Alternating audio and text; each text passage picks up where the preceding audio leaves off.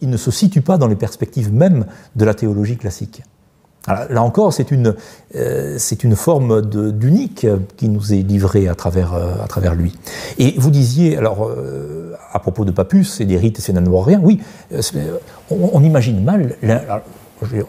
Nous avons évoqué l'influence de Swedenborg sur le romantisme français, mais même un écrivain que l'on cite peu aujourd'hui, mais qui était membre de l'église swedenborgienne, il n'y est pas resté, en tout cas il a pris ses distances assez rapidement, c'est Malcolm de Chazal, l'écrivain de Maurice.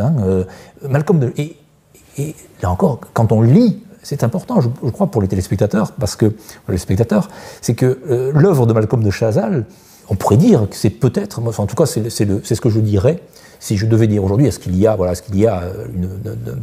l'histoire de Nerval, Baudelaire, bon d'accord, c'est 19e siècle, est-ce qu'il y a une œuvre? Oui, il y a l'œuvre de Malcolm de Chazal. Tout ce que Malcolm de Chazal a écrit sur Maurice, sur les rochers de l'île Maurice, sur tout ce qu'il a vu, il y a c'est swedenborgien, foncièrement. Il y a une anecdote de Malcolm de Chazal qui traverse rituellement, un peu comme Kant, il avait ses promenades rituelles, le jardin botanique de Curepipe.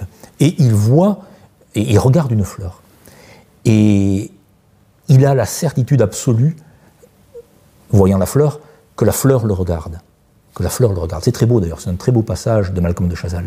Ça, c'est swedenborgien aussi. Alors, ça l'est, entre guillemets, corrigé par le regard poétique de Malcolm de Chazal, mais c'est une réalité swedenborgienne, cette fleur qui regarde. La fleur, c'est l'influx aussi, c'est l'influx divin. La fleur n'existerait pas sans l'influx divin. Et cette fleur regarde, c'est un échange de regards.